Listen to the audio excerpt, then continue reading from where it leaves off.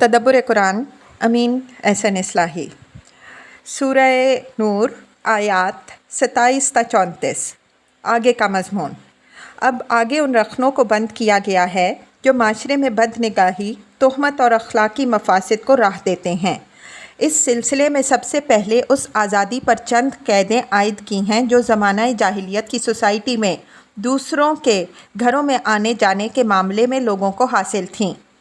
پھر بیواؤں اور ذی صلاحیت لونڈیوں اور غلاموں کے نکاح کی ہدایت فرمائی ہے تاکہ شریروں کو سوسائٹی میں رخنہ اندازی کی کوئی راہ نہ ملے۔ اسی ذیل میں غلاموں کی آزادی کے لیے مکاتبت کی ایک کشادہ راہ کھول دی اور اس آزادی کے حصول کے لیے لوگوں کو ان کی امداد پر ابھارا تاکہ غلام آزادوں کی صف میں آئیں، ان کا اخلاقی معیار اونچا ہو اور معاشرے میں ایمان کی اساس پر کامل ہم آہنگی و یک رنگی پیدا ہو۔ اس روشنی میں آگے کی آیات کی تلاوت فرمائیے۔ اعوذ باللہ من الشیطان الرجیم، بسم اللہ الرحمن الرحیم۔ یا ایہا الذین آمنوا لا تدخلوا بیوتا غیر بیوتکم حتی تستأنسوا وتسلموا علی اہلہا ذالکم خیر لکم لعلکم تذکرون۔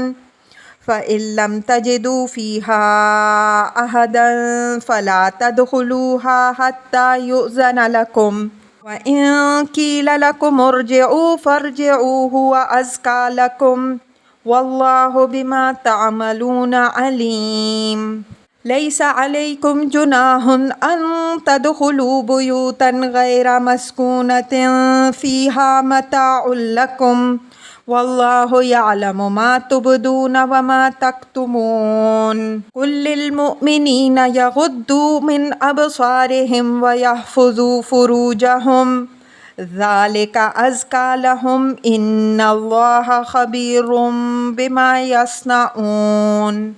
وَقُل لِّلْمُؤْمِنَاتِ يَغْضُضْنَ مِنْ أَبْصَارِهِنَّ وَيَحْفَظْنَ فُرُوجَهُنَّ وَلَا يُبْدِينَ زِينَتَهُنَّ إِلَّا مَا ظَهَرَ مِنْهَا وَلْيَضْرِبْنَ بِخُمُرِهِنَّ عَلَىٰ جُيُوبِهِنَّ وَلَا يُبْدِينَ زِينَتَهُنَّ إِلَّا لِبُعُولَتِهِنَّ أَوْ آبَاءِ بُعُولَتِهِنَّ أو أبنائهن أو أبناء بعولتهن أو إخوانهن أو بني إخوانهن أو بني أخواتهن أو نسائهن أو ما ملكت أيمانهن أو التابعين غیر اولی الاربة من الرجال او الطفل الذین لم یظہروا علی عورات النساء ولا یضربن بارجلہن لیعلم ما یخفین من زینتہن وتوبوا الی اللہ جمیعا ایہا المؤمنون لعلکم تفلحون۔ انکحوا الایام منکم والصالحین من عبادکم وإمائکم ان یکونوا فقراء یغنیہم اللہ من فضلہ واللہ واسع علیم۔ ولیستعفف الذین لا یجدون نکاحا حتی یغنیہم اللہ من فضلہ والذین یبتغون الکتاب مما ملکت ایمانکم فکاتبوہم ان علمتم فیہم خیرا وآتوہم مما للہ الذی آتاکم ولا تکرہوا فتیاتکم علی البغاء ان اردنا تحصنا لتبتغوا عرض الحیاۃ الدنیا وَمَن يُكْرِههُنَّ فَإِنَّ اللَّهَ مِن بَعْدِ إِكْرَاهِهِنَّ غَفُورٌ رَّحِيمٌ۔ وَلَقَدْ أَنزَلْنَا إِلَيْكُمْ آيَاتٍ مُبَيِّنَاتٍ وَمَثَلًا مِّنَ الَّذِينَ خَلَوْا مِن قَبْلِكُمْ وَمَوْعِظَةً لِّلْمُتَّقِينَ۔ ترجمہ: اے ایمان والوں، اپنے گھروں کے سوا دوسروں کے گھروں میں اس وقت تک داخل نہ ہو جب تک تعارف نہ پیدا کر لو اور گھر والوں کو سلام نہ کر لو۔ یہی طریقہ تمہارے لیے موجب خیر و برکت ہے تاکہ تمہیں یاد دہانی حاصل رہے۔ پس اگر تم ان گھروں میں کسی کو نہ پاؤ تو ان میں اس وقت تک داخل نہ ہو جب تک تمہیں اجازت نہ ملے، اور اگر تم سے کہا جائے کہ لوٹ جاؤ تو واپس ہو جاؤ۔ یہی طریقہ تمہارے لیے پاکیزہ ہے، اور اللہ جو کچھ تم کرتے ہو اس سے اچھی طرح باخبر ہے۔ اور ان غیر رہائشی مکانوں میں داخل ہونے میں تمہارے لیے کوئی حرج نہیں جن میں تمہارے لیے کوئی منفعت ہے، اور اللہ جانتا ہے جو کچھ تم ظاہر کرتے ہو اور جو کچھ تم چھپاتے ہو۔ مومنوں کو ہدایت کرو کہ وہ اپنی نگاہیں نیچی رکھیں اور اپنی شرم گاہوں کی پردہ پوشی کریں۔ یہ طریقہ ان کے لیے پاکیزہ ہے۔ بے شک اللہ باخبر ہے ان چیزوں سے جو وہ کرتے ہیں۔ اور مومنہ عورتوں کو کہو کہ وہ اب بھی اپنی نگاہیں نیچی رکھیں اور اپنے اندیشہ کی جگہوں کی حفاظت کریں، اور اپنی زینت کی چیزوں کا اظہار نہ کریں مگر جو ناگزیر طور پر ظاہر ہو جائے، اور اپنے گریبانوں پر اپنی اوڑھنیاں کل مار لیا کریں، اور اپنی زینت کا اظہار نہ ہونے دیں مگر اپنے شوہروں کے سامنے یا اپنے باپوں کے سامنے یا اپنے شوہروں کے باپوں کے سامنے یا اپنے بیٹوں کے سامنے یا اپنے شوہروں کے بیٹوں کے سامنے یا اپنے بھائیوں کے سامنے یا بھائیوں کے بیٹوں کے سامنے یا اپنی بہنوں کے سامنے یا اپنے تعلق کی عورتوں کے سامنے یا اپنے مملوکوں کے سامنے یا ایسے زیر کفالت مردوں کے سامنے جو عورت کی ضرورت کی عمر سے نکل چکے ہوں، یا ایسے بچوں کے سامنے جو ابھی عورت کی پس پردہ چیزوں سے آشنا نہ ہوں۔ اور عورتیں اپنے پاؤں زمین پر مار کر نہ چلیں کہ ان کی مخفی زینت ظاہر ہو۔ اور اے ایمان والوں، سب مل کر اللہ کی طرف رجوع کرو تاکہ تم فلاح پاؤ، اور اپنے رانڈوں اور رانڈیوں اور ذی صلاحیت غلاموں اور لونڈیوں کے نکاح کرو۔ اگر وہ تنگ دست ہوں تو اللہ ان کو اپنے فضل سے غنی کر دے گا، اور اللہ بڑی سمائی رکھنے والا اور علم والا ہے۔ اور جو لوگ نکاح کرنے کی مقدرت نہیں پا رہے وہ اپنے کو ضبط میں رکھیں یہاں تک کہ اللہ ان کو اپنے فضل سے غنی کر دے۔ اور جو مکاتبت کرنے کے طالب ہوں تمہارے مملوکوں میں سے تو ان کو مکاتب بنا دو اگر تم ان میں صلاحیت پاؤ، اور ان کو اس مال میں سے دو جو خدا نے تم کو دیا، اور اپنی لونڈیوں کو پیشہ پر مجبور نہ کرو جب وہ عفت کی زندگی کی خواہان ہوں، محض اس لیے کہ کچھ متاع دنیا تمہیں حاصل ہو جائے، اور ان کو مجبور کرے گا جو بھی، تو اس اکراہ کے بعد اللہ ان کے لیے غفور و رحیم ہے۔ اور بے شک ہم نے تمہاری طرف روشن آیتیں بھی اتار دی ہیں اور ان لوگوں کی تمثیل بھی تمہیں سنا دی ہے جو تم سے پہلے گزرے، اور اللہ خدا ترسوں کے لیے سزا بھی بھیج چکا ہے۔ الفاظ کی تحقیق اور آیات کی وضاحت۔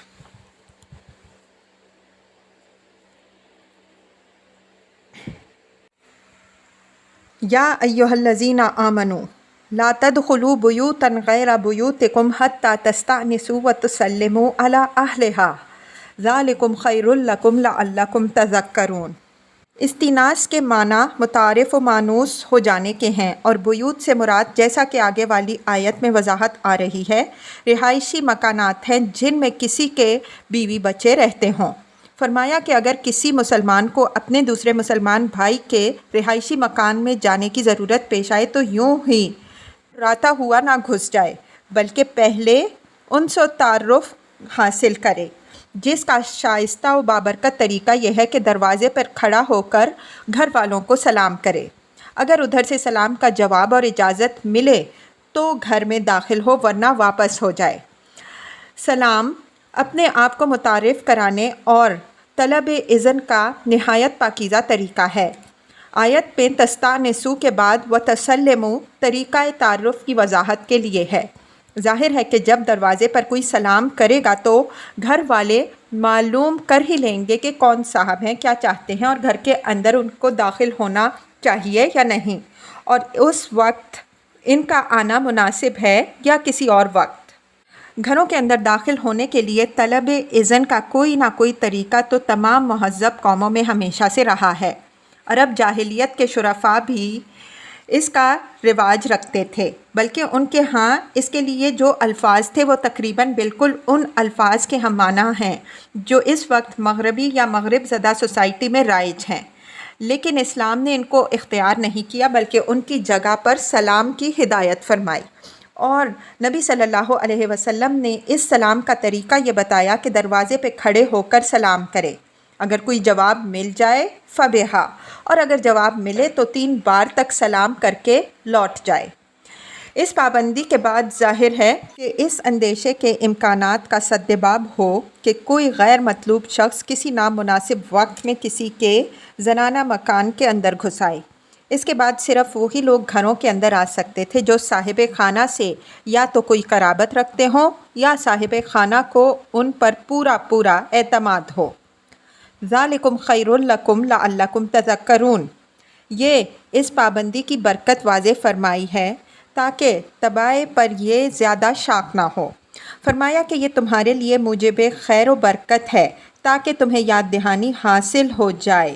گویا اس کی نوعیت دروازے پر ایک مبارک نوٹس کی ہے کہ گھر میں داخل ہونے والے کو بھی یاد دہانی ہو جائے کہ وہ دوسرے کے حرم میں قدم رکھ رہا ہے، جہاں اس کو کچھ خاص اخلاقی اور آدابی لحاظ رکھنا ہے، اور گھر والوں کو بھی آگاہی ہو جائے کہ ان کے اندر اس وقت ایک ایسا شخص موجود ہے جس کے معاملے میں ان کے اوپر کچھ حدود و قیود ہیں جن کا احترام دنیا اور آخرت دونوں میں موجب خیر و برکت ہے۔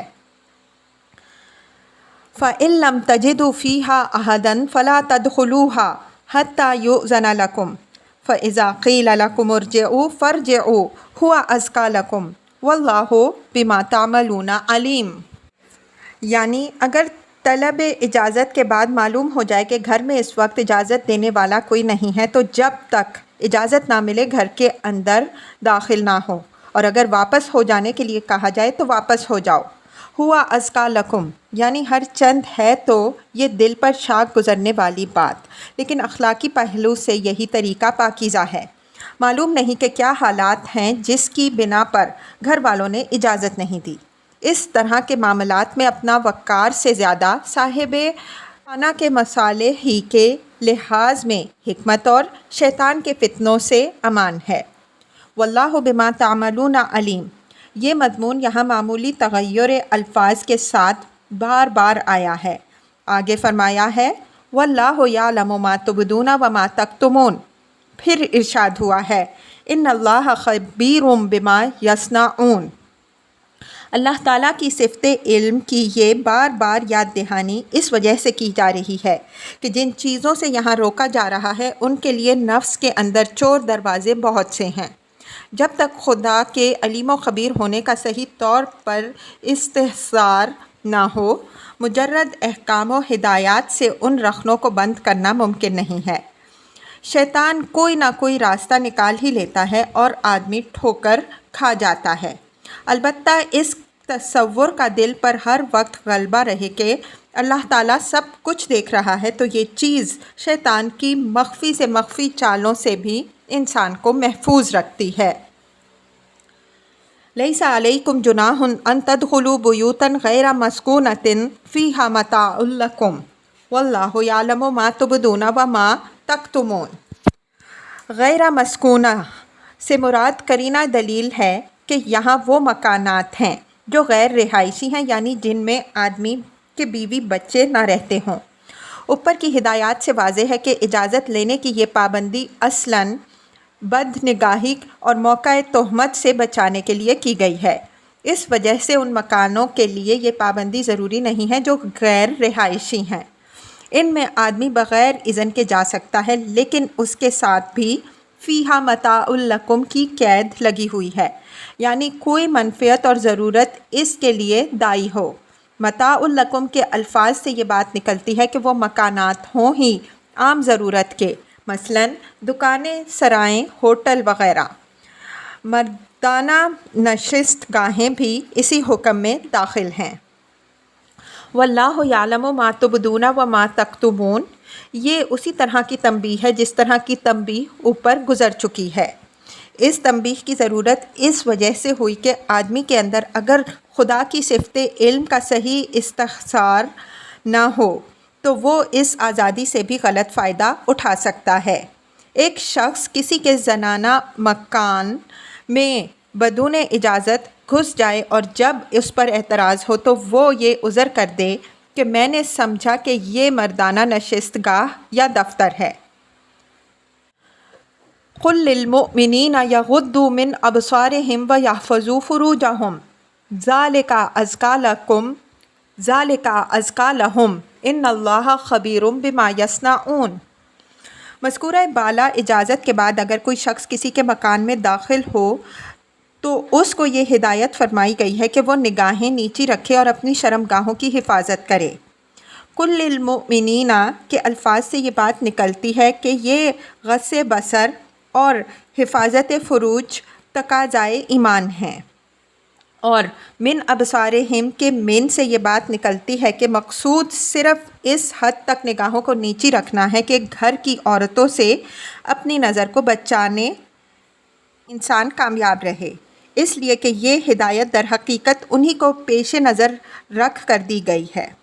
اس سے یہ بات بھی نکلتی ہے کہ اسلام نے یہ اجازت جو دی ہے کہ وہ محض رفع حرج کے پہلو سے صاحب خانہ کے اعزاء و اقرباء اور تعلق و اعتماد کے لوگوں کے لیے دی ہے، بالخصوص اس وجہ سے کہ ہر شخص کے گھر میں اس زمانے میں نہ مردانہ نشست گاہیں تھیں اور نہ آج ہو سکتی ہیں، لیکن یہ ہدایات خود اس بات پر دلالت کرتی ہیں کہ اگر مردوں کے الگ بیٹھنے کا گھر میں انتظام ہو تو قریبی اعزاء و اقرباء کے سوا دوسرے مردوں کا گھر کی عورتوں سے الگ ہی بیٹھنا اسلام میں مطلوب رہے گا۔ آگے کی آیات سے انشاءاللہ یہ بات اچھی طرح واضح ہو جائے گی۔ غض بصر کی ہدایت بڑی اہم ہدایت ہے۔ نگاہ در حقیقت مرد و عورت کے درمیان اولین قاصد کا کام کرتی ہے۔ اگر اس کے اوپر ایمانداری کے ساتھ کوئی شخص پہرا بٹھا دیا جائے تو وہ شیطان کے بہت سے فتنوں سے امان میں ہو جاتا ہے۔ حفظ فروج میں بڑا دخل اس چیز کو ہے کہ لباس با قرینہ ہو۔ اس زمانے میں فیشن کے شوق نے لباس میں ایسی ایجادیں کر دی ہیں کہ اس کا اصل مقصود بالکل غائب ہو گیا ہے، صرف زینت کا مقصد باقی رہ گیا ہے، اور زینت بھی وہ زینت جس کے اندر صریح بدقوارگی نمایاں ہے۔ پہلے تو صرف عورتوں ہی کا رونا تھا، لیکن اب تو مردوں نے بھی وہ لباس اختیار کر لیا ہے کہ اس لباس میں وہ شریفوں کی کسی مجلس میں بھی جانے کا حق نہیں رکھتے، چہ جائے کا کسی با ایمان مسلمان کے گھر کے اندر۔ ذالک ازکی لہم ان اللہ خبیر بما یصنعون، یعنی گھروں کے اندر یہ احتیاطیں اخلاقی پاکیزگی کے نقطۂ نظر سے نہایت اعلیٰ اور اہم ہیں، بشرطے کہ ان احتیاطوں کے ساتھ یہ حقیقت بھی ہر وقت مستحضر رہے کہ انسان جو کچھ بھی کرتا ہے خواہ کتنے ہی مخفی طریقے سے کرے، خدا اس سے باخبر ہوتا ہے۔ اگر یہ حقیقت مستحضر نہ ہو تو نہ نگاہ کو آوارگی سے بچایا جا سکتا ہے، نہ اعضاء کو نمائش سے۔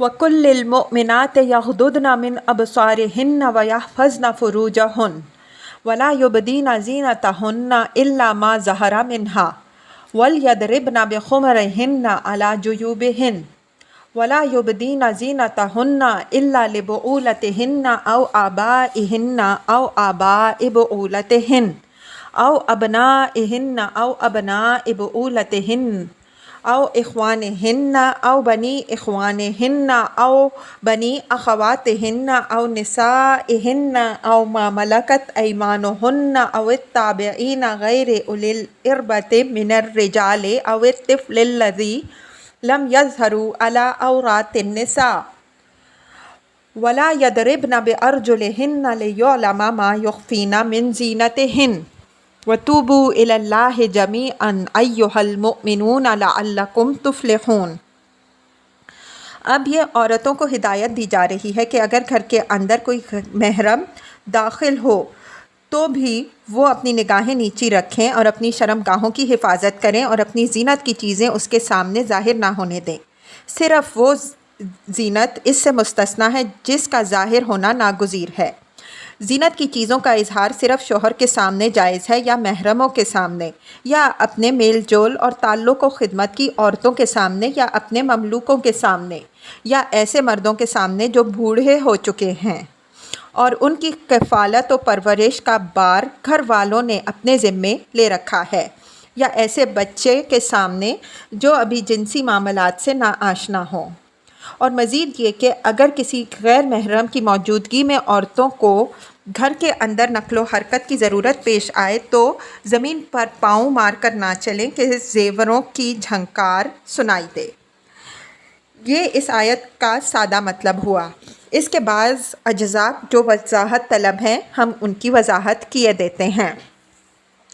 وَلَا يُبْدِينَ زِينَتَهُنَّ إِلَّا مَا ظَهَرَ مِنْهَا، زینت کی چیزوں میں لباس بھی داخل ہے اور زیورات بھی۔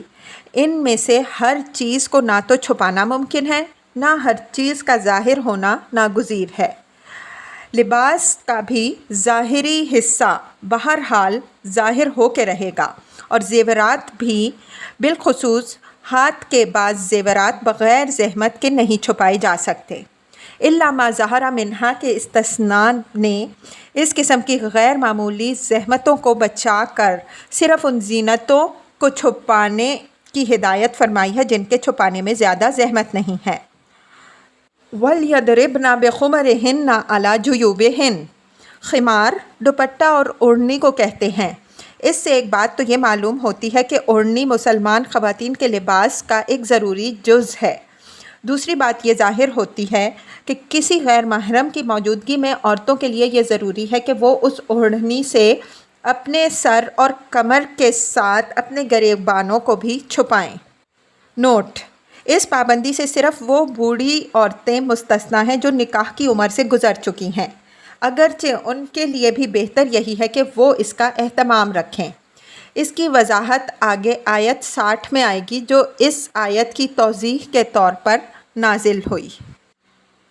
اب ایک طرف تو اس حکم کو سامنے رکھیے اور دوسری طرف اپنی قوم کی متبرجات کو دیکھیے کہ انہوں نے اوڑھنی کو دقیانوسیت قرار دے کر یا قلم خارج قرار دے دیا اور چاک گریباں اور سینہ کو ابھار کر زیادہ سے زیادہ نمایاں کرنا لازمہ تہذیب ٹھہرایا۔